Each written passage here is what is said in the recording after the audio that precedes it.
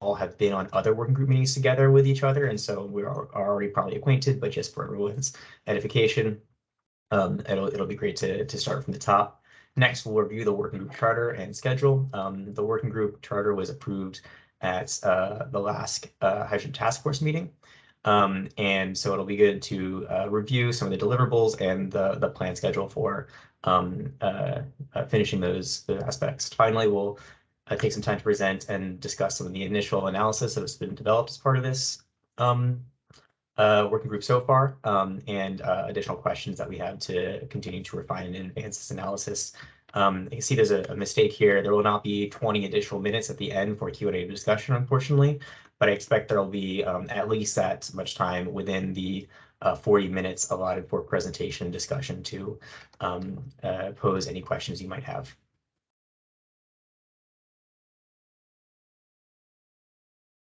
So starting out with introductions, I've already provided an introduction to myself. I'll pass it off to Erin next to introduce herself and then go down the list from there. Thanks so much, Colin.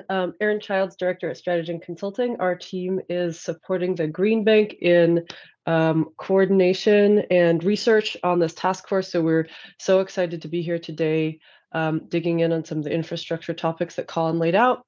I did just want to let everyone know that this meeting is being recorded and will also be sharing materials and meeting minutes after the fact. So just wanted to make sure that the folks were aware of some of those transparency processes before handing things back to Colin. Thanks so much. Thank you. Jumping next, I'll call it Nikki Bruno to introduce herself.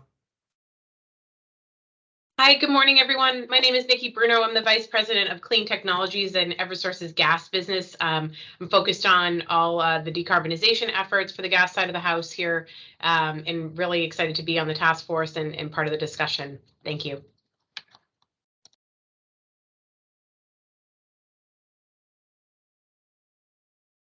Awesome. Next, I'll jump to Chris Capuano. Yep. How's it going, everyone? So Chris Capuano, Director of Research and Development at Nel Hydrogen. Great, thank you, Chris. Next, moving down to Adolfo. Hello, guys. So Adolfo Rivera here from Avangrid Renewables. I'm the Senior Director for Green Hydrogen. Very good to meet you all. Thanks, Adolfo. I'll also point out that both Chris and Adolfo are co-chairs for this working group. They're doing a lot of behind-the-scenes support to get all the analysis together and everything ready for these presentations. Next up, I see Lydia. Hi, everybody.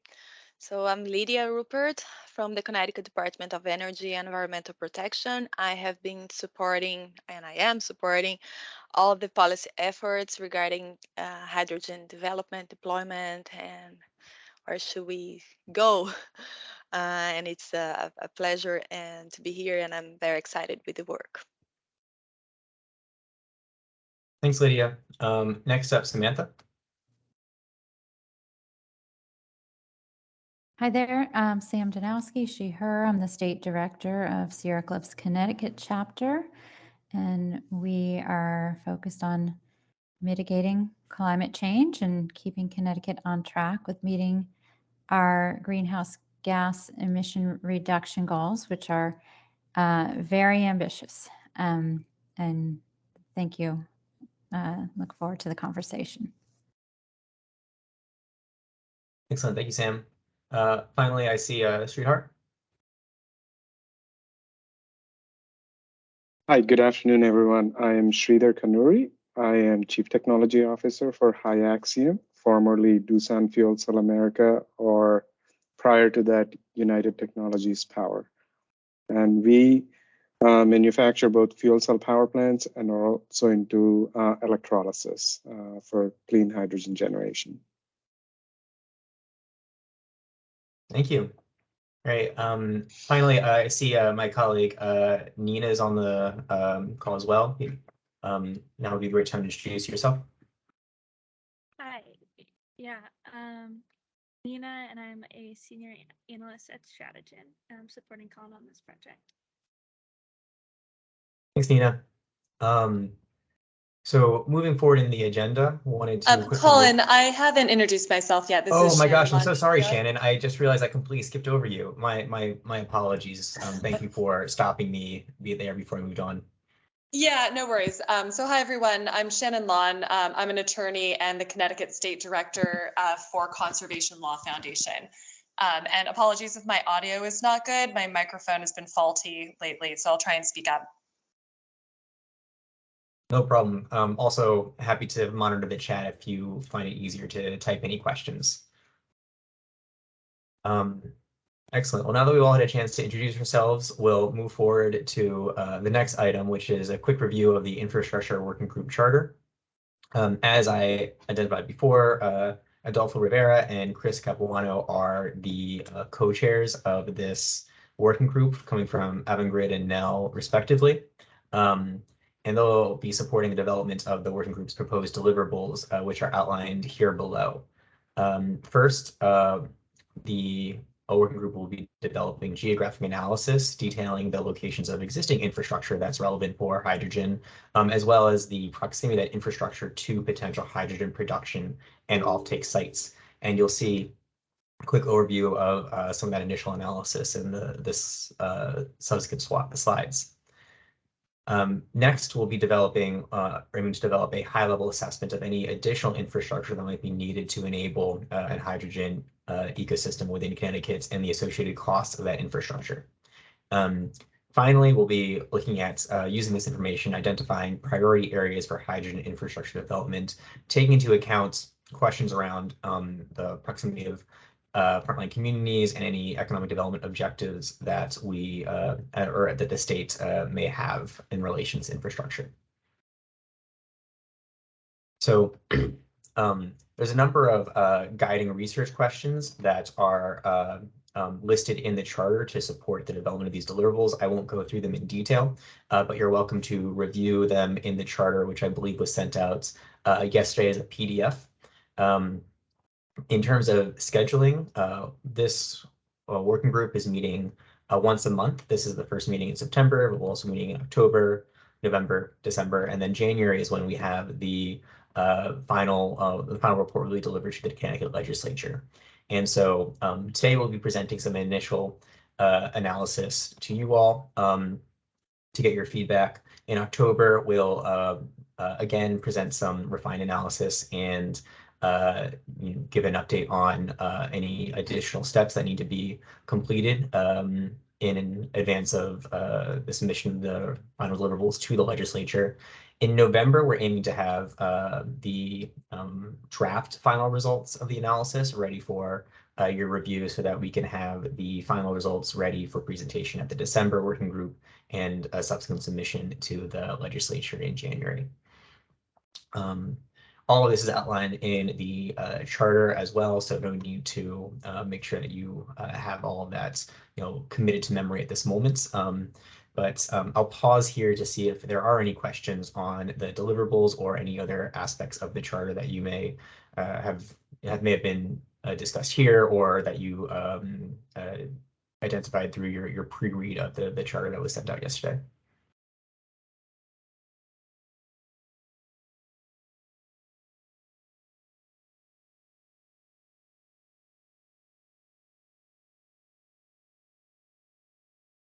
All right, well, hearing no other notes on this particular part of the agenda, we can move into the next portion of the working group, which is looking at some of the initial analysis that has been developed on this question. So before diving into that, I want to kind of pause and talk a little bit about the importance of this particular working group and all the work that you all are doing here.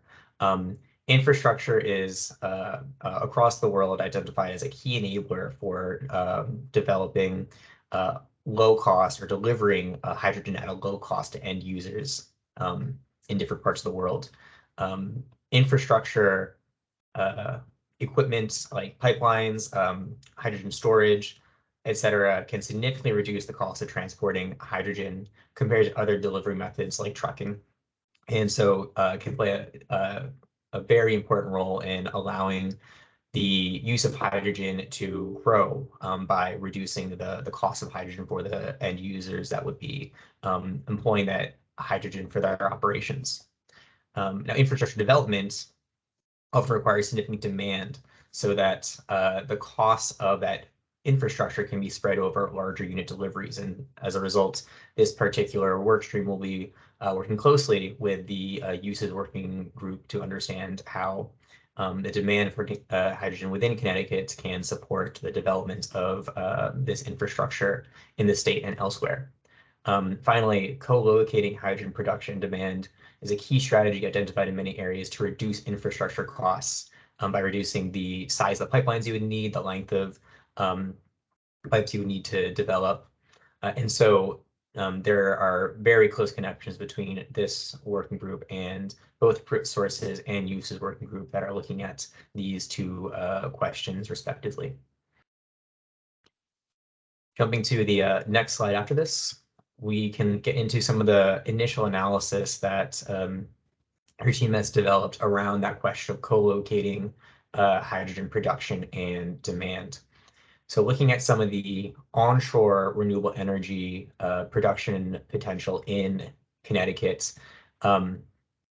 based on prevailing data, solar is has the highest generation potential of either onshore wind or solar in Connecticut. Solar largely being located in the eastern part of the state versus onshore wind, which is primarily in the northwest corner. And so much larger geographic area covered by potential, or that has potential for solar production. Also, I'd like to point out on this slide that although all the circles on these two maps look like they're about the same size, a large circle on the solar map on the left represents significantly more capacity than a circle of an equivalent size in the onshore wind map on the right, as you can kind of see from the key that is located at the bottom of each of the maps. And so this gives a sense of where some of the potential renewable energy feedstocks are most likely to be located, and also what the potential magnitude of renewable energy that could be produced from each of those different regions.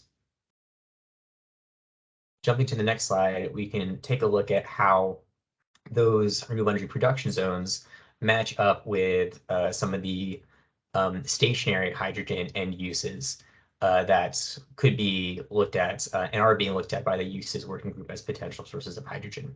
And unfortunately, the matchup geographically is not particularly great. A number of potential off-takers in the manufacturing sector and power sector are located in the center and southwest of the state, whereas much of the solar production is located in the southeast. And so this is an area that may require infrastructure development to sort of bridge that gap. And it will be a key question that I believe will be first on the agenda for this working to look at. I'll also note that a number of potential industrial off-takers for hydrogen that are first movers in hydrogen hubs in other parts of the world are not necessarily present in Connecticut. Users like ammonia production facilities, cement production, steel plants. Connecticut does not house these industries currently, and so there's some limitation in the including users like that in the overall hub going forward. Jumping to the next slide, though, we can look at how the location of solar-produced hydrogen could support reductions for another potential end use in the transportation sector. So heavy-duty trucking is identified as one particularly salient case for hydrogen use, given the difficulty of electrifying heavy-duty transport. And in Connecticut, much of the emissions from heavy-duty transport do occur in the southeast of the state, as well as the center and southwest portion. So being able to switch diesel using trucks to hydrogen would not only significantly reduce greenhouse gas emissions, but also local pollutants like PM 2.5, which would be great news for many of the frontline communities identified in Connecticut a number of whom are located in that southeast portion of the state as well. So there may be potentially going forward to co-locate solar production and hydrogen production with fueling stations for heavy-duty trucks to advance some of the greenhouse gas reduction and air pollution benefits that hydrogen can provide from that particular end use. This would, of course, require, this would require the development of fueling stations, and so that would be another area of potential infrastructure development that this working group would look at. But moving on to the next slide, that you already got a sneak peek preview of, I wanted to talk quickly about the offshore wind potential in the state, which is a major potential source of renewable energy for Connecticut and New England as a whole, and likely important for its overall hydrogen strategy. But there may be challenges in clustering offshore wind production with hydrogen consumption due to the location of, or likely location of offshore wind development areas. Connecticut has already contracted for about 1.1 gigawatts of offshore wind from 2 leases developed by the BOEM. However, these wind leases, wind production areas are not necessarily connecting directly to Connecticut's shoreline. And so although Connecticut will receive this electricity through regional transmission grid, it may not be able to, there may be challenges in directly connecting this type of offshore wind resource directly to electrolyzers and to produce hydrogen locally for industry in the state. And so this is an area that we'll also need to look at going forward. There may be innovative infrastructure solutions available to make use of offshore wind more directly in Connecticut, but also potentially some location mismatches to overcome as well. Jump into the slide after this. I wanted to talk briefly about geologic hydrogen storage, which is identified as a key feature of many hydrogen hubs elsewhere. When you're getting to large-scale production and consumption of hydrogen, becomes critical to be able to store that hydrogen for long periods of time to better match up production and consumption. In many cases, geologic storage in salt caverns is one of the most cost-effective way to achieve this storage resource. In Connecticut, there's some limitations to, based on the regional geology, to developing these caverns within hard rock formations, which is another challenge to overcome. However, there may be some opportunities to integrate Connecticut regionally with other nearby or other geologic storage opportunities in nearby states, which is presented in more detail in the next slide. So nearby states in the Northeast region perhaps have more potential for geological hydrogen storage, particularly from salt deposits, which are, there are some locations potentially available in New York, Western New York, and Pennsylvania. This creates the potential to use infrastructure like pipelines to integrate Connecticut into a regional hydrogen system that provides both opportunities for the production of hydrogen and the storage of hydrogen for final consumption by end users that can use it to decarbonize their operations. Now jumping to this slide, after this, there are a handful of discussion questions I wanted to walk through with you all to help advance this analysis going forward. But first, I wanted to pause and see if there are any questions from this group on the slides that were just presented.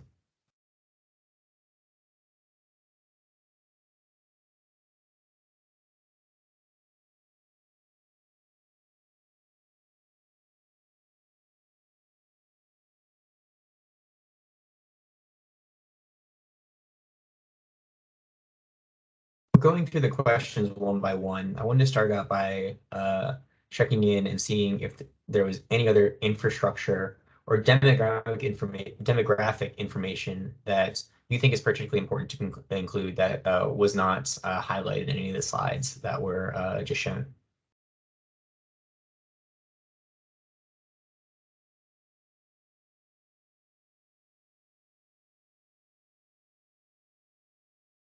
I think another question I guess I'd ask folks, Colin and I are spending a whole bunch of time on hydrogen right now, and so there's a lot of the foundational pieces that we take for granted, including, the need for scaled storage, the need for, the ability to kind of transport large volumes of hydrogen, the value proposition of shared infrastructure and the ability to access shared infrastructure.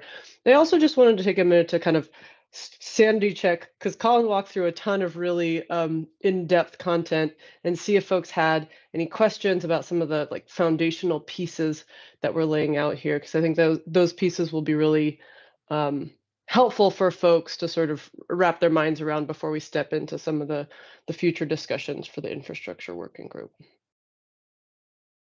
And please, don't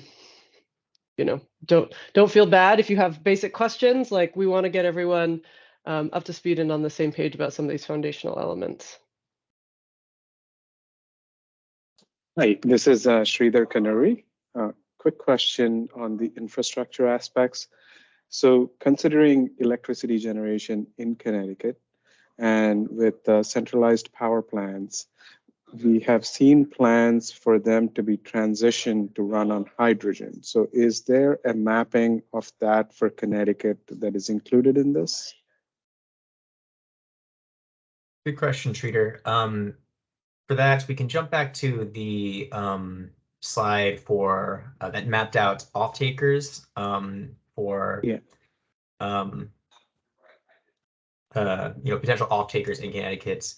You can see here that power plants are included, both power plants and peaker plants are included in the list of potential off-takers in industry, identified by the sort of like power plant type brown icons. So yes, there is some visibility into where these power plants are located.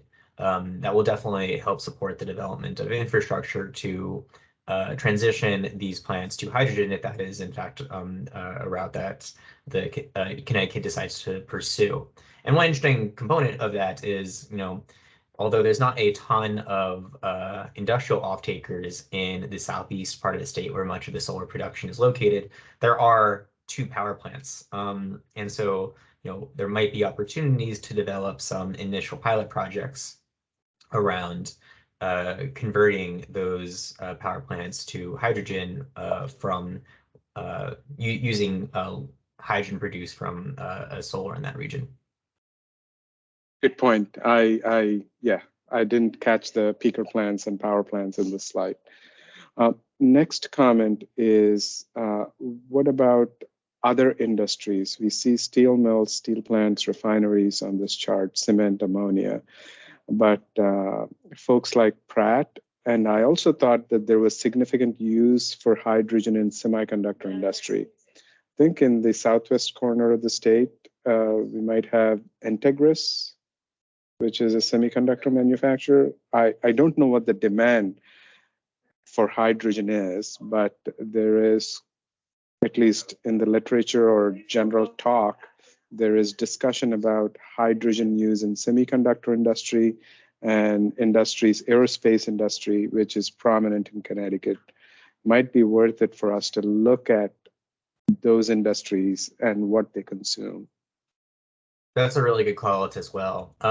In this map, that's represented by the red-yellow heat map that you see, which represents the presence of smaller manufacturing facilities in Connecticut. So a yellow dot or a yellow area indicates that there are a number of manufacturing facilities located in that area. Now, these manufacturing facilities are not broken out by industry the same way that the larger potential off-takers are. But the semiconductor industry and the aerospace industry that you identified are definitely included in that overall list of manufacturers. And so down the line, one important component of this team's work and also likely the uses working group, probably primarily the uses working group actually would be to identify where those facilities are located and what their potential demand is. Okay, thank you. No problem. I see Shannon also has her hand raised. Yeah, thank you. So in thinking about the off-taker locations, as well as infrastructure more broadly, I was wondering if you were also looking at neighboring states and just thinking about the regional nature of the hydrogen hub proposal, and then just the fact that Connecticut is a small state with 3 nearby neighbors, where that seems like it could influence some of the considerations here. Yeah, absolutely. There are a couple of ways that regional infrastructure is going to be, key here. It's very possible that it won't, even with the presence of some solar in the southeast part of the state, maybe Connecticut's competitive advantage is not producing renewable energy to feed into hydrogen production. Perhaps it's better suited to import the hydrogen from outside. And in that case, yes, we definitely want to look at the opportunity to develop pipelines that would allow for that regional integration, and likely also opportunities to integrate with geologic storage to the west of Connecticut. And so that is definitely, something that we will be considering. And in the appendix of these slides, which we will send out after this presentation, we have some initial geographic analysis on the renewable energy potential and existing infrastructure in the other states that are situated within the Northeast Regional Hydrogen Hub. And so that's definitely something that we're taking into account as well. Another area where regional integration will be important is through the look at how offshore wind can be best be incorporated into Connecticut's hydrogen strategy. As mentioned, some of those offshore wind plants with which Connecticut has contracted for power may not be directly connected to Connecticut, and there will definitely be an important need for regional integration via electrical transmission infrastructure to deliver that power to Connecticut.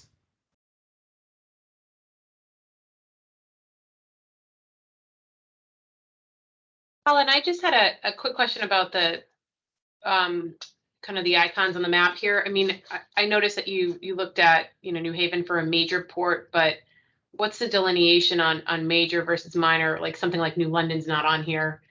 And is that kind of also a limiter with some of the power plants? Is there some sort of threshold where you're not showing certain ones that we should be aware of? That's a good question.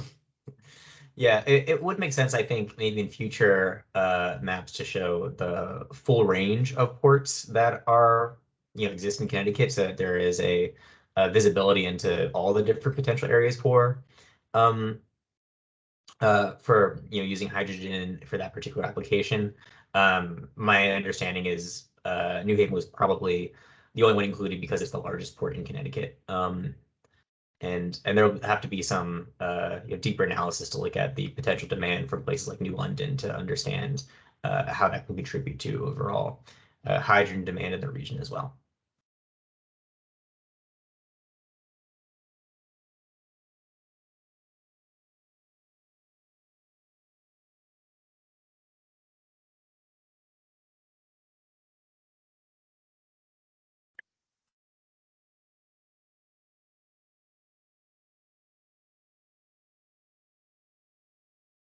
Any other questions on, foundational questions on infrastructure for hydrogen or other elements that have been, presented or talked about so far? If not, I think we can probably jump to the last slide. And Colin, this is Sridhar. Yes. Quick question on the previous slide.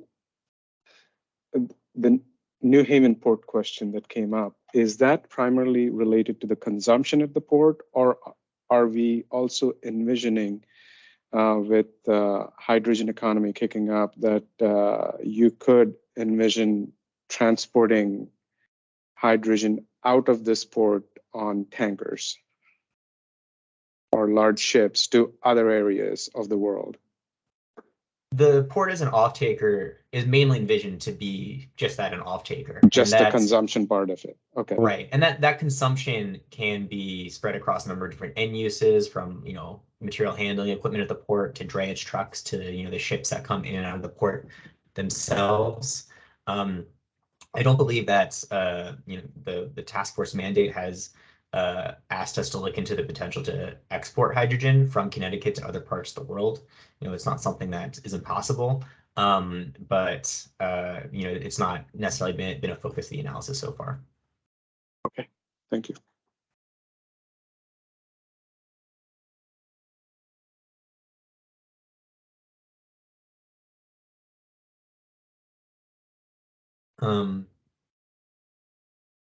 It actually, so jumping to the you know, last slide, we can continue walking through the some specific questions that I was hoping to go through with everyone in this call while we're together.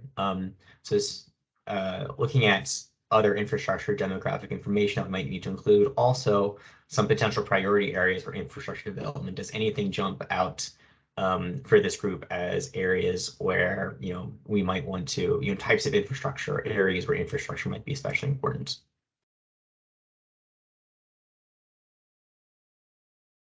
Besides, you know, looking at density, maybe, you know, from an economies of scale perspective, I know environmental justice is a top concern. Is there a way to overlay EJ areas from existing either GIS layers on maybe that heat map that you have, or other maps that you've already put together, so you can kind of have a multi-dimensional look? Absolutely. So we here in this set of slides, we separated the EJ map and the off-taker map, but I agree it would make sense to show those together in the future. We can develop a map, a format for that map that will, you know, show that information in a clear way, without just creating a situation in which there's too much going on and the information isn't communicated clearly. But yes, that's definitely within the mandate of this particular working group in this effort to connect the areas for infrastructure development with other priorities on environmental justice and economic development.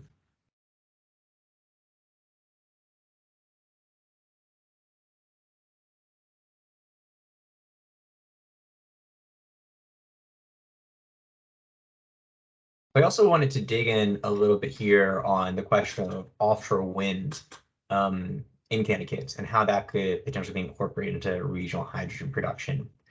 You know, a number of people, I'd say, you know, most people on this call are much closer to the Connecticut kind of energy sector than I might be, you know, specifically the regional context. And so I'd be interested in hearing your perspectives on where offshore wind that Connecticut's contracts for would be developed, where it'd be located, and maybe how it would best be incorporated into Connecticut's regional electricity system, as well as potentially a system for producing and delivering hydrogen to end users in the state.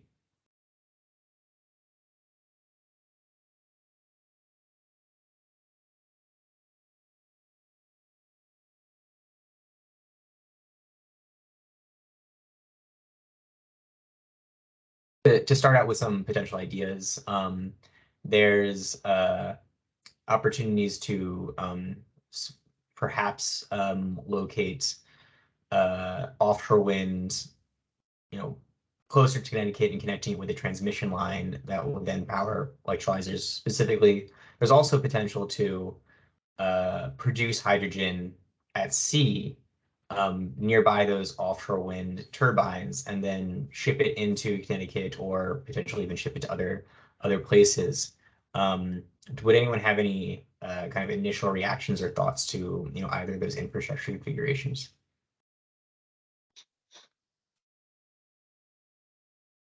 Hi, Colin. This is Sarah Harari with the Green Bank. Sorry for being late to the discussion. I think that there is an ongoing process right now between DEEP and both of the utility companies to identify the interconnection points for offshore wind. So perhaps that's something that our colleagues at those organizations can provide as input to this process. Thanks, Sarah. I know adult. Sarah, excuse me, Colin. Yeah, and Sarah, this is Nikki. To that end, I apologize. I can't provide that information right now because I'm not really on that involved in depth to be educated for comment here, but I can follow up on that point. The same here, Sarah. Yes, that's what I was thinking. I was thinking yeah. that maybe not the people in this call, but those are the folks in Connecticut that are working on it. I know there's a but you're definitely right. Yeah. So yeah, this is a good point to look after and bring some more information here. Yeah. Great. Well, perhaps I could follow up with both of you directly then after this call to coordinate some of that information sharing.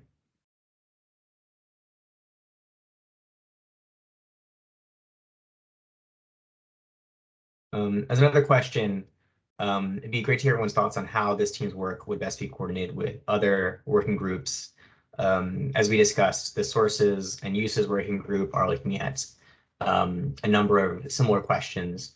In fact, I would say much of the questions in this working group are likely going to be addressed in a significant way in those other work groups as well. Questions around how will ports use hydrogen, how will power plants potentially use hydrogen. And so the idea is for this working group to really serve as the connecting point between those other two. So based on the demand estimates that come out of the uses working group and the production estimates that come out of the sources working group, identifying what infrastructure is needed to sort of connect that supply and demand. Does that sound like the correct framing for everyone on this call? And if not, are there any concerns or suggestions for adjusting that?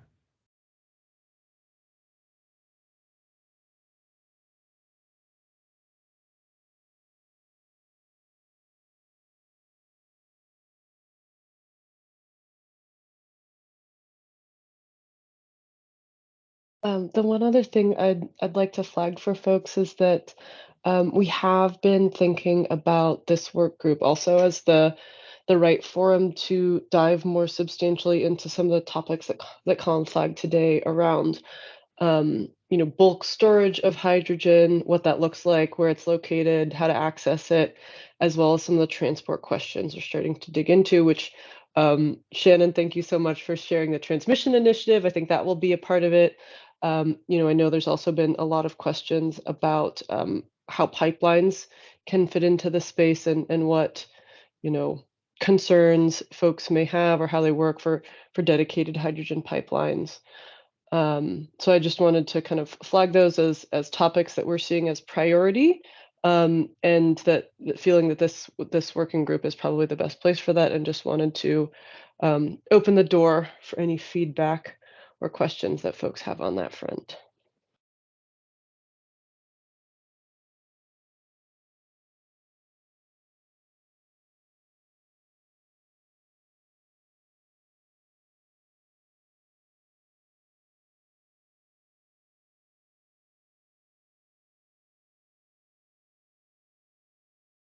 Or expressions of support. Expressions of support are also welcome, but I'm going to generally take silence as a good sign that folks don't have any concerns with that approach.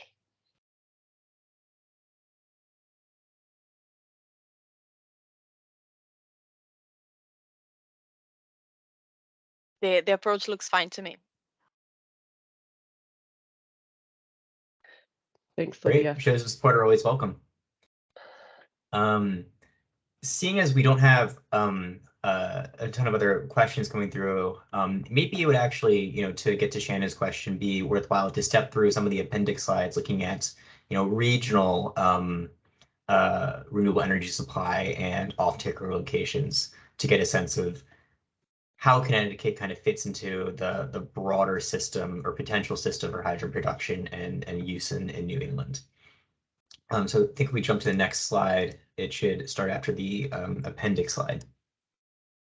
So starting with solar production potential, identified here I believe it's 6 states now who are part of the Northeast regional hub. The solar production potential here, largely located in the southern part of New York and potentially northern Maine, whereas as you can see as a whole, the solar production in Connecticut is not particularly high relative to other parts of the state. And so something to consider when looking at whether or not Connecticut will be a net hydrogen importer or exporter, and what that means for the infrastructure that would be required to deliver that hydrogen to Connecticut or out of Connecticut. Jumping to the next slide, we have a similar situation with wind. Much of the wind production potential located in northern Maine and kind of northern central New York, not a significantly a substantial wind resource in Connecticut relative to other states, although as you can see, offshore wind isn't shown here.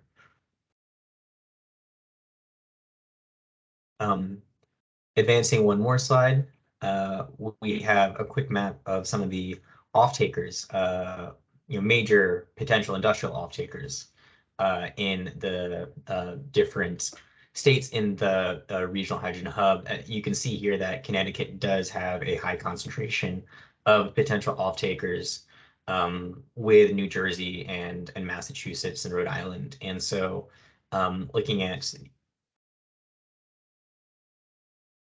not yet, but that's something that can be addressed in the sources working group, Shannon.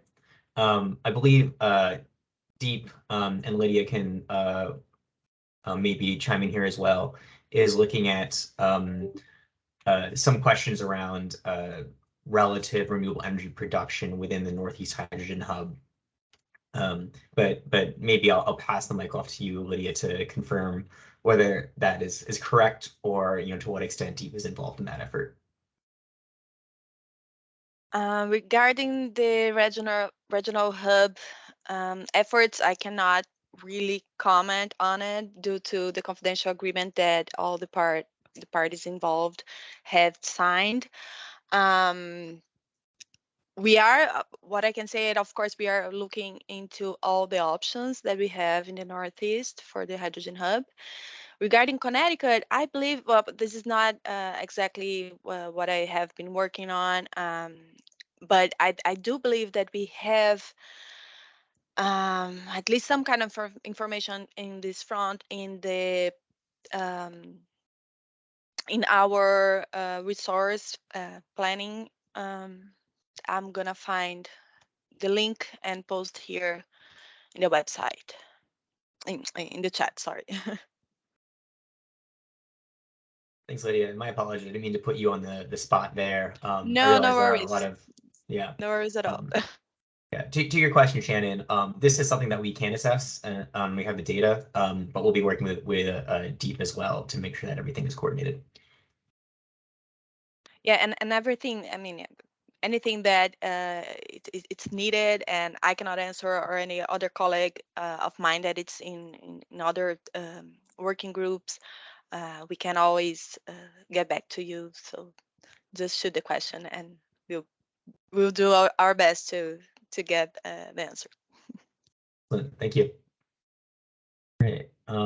So advancing one slide forward, this is the last slide I believe we have in the appendix, showing some other potential feedstocks for clean hydrogen production, although I'll note that these feedstocks have some limitations, and that will be assessed through the sources working group to determine whether or not they will ultimately play a significant role in Connecticut's hydrogen industry. However, it is possible to produce hydrogen from either biomass or biomethane, and this map just provides a quick look at where number of those resources are located.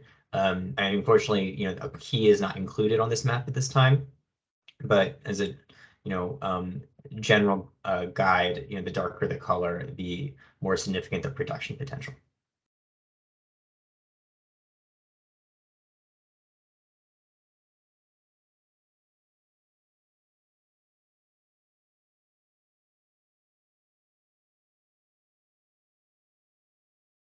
Right, well, with that, if there are no other questions, I'm happy to give everyone 10 minutes back in their day.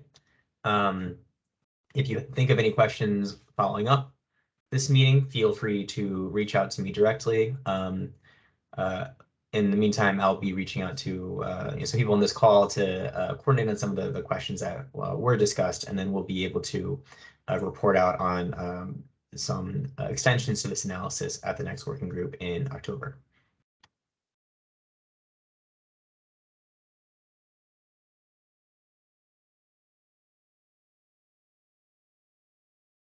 Thanks so much, Colin. Thank you to our wonderful co-chairs for everything that they have done to get us to this point, and thank you everybody for your time today. It's great to have your input. Some great discussion. So thank you so much. Thanks all. Thank you, everybody. Thank you, everyone. Thanks, everyone. Bye. Thanks so much, folks.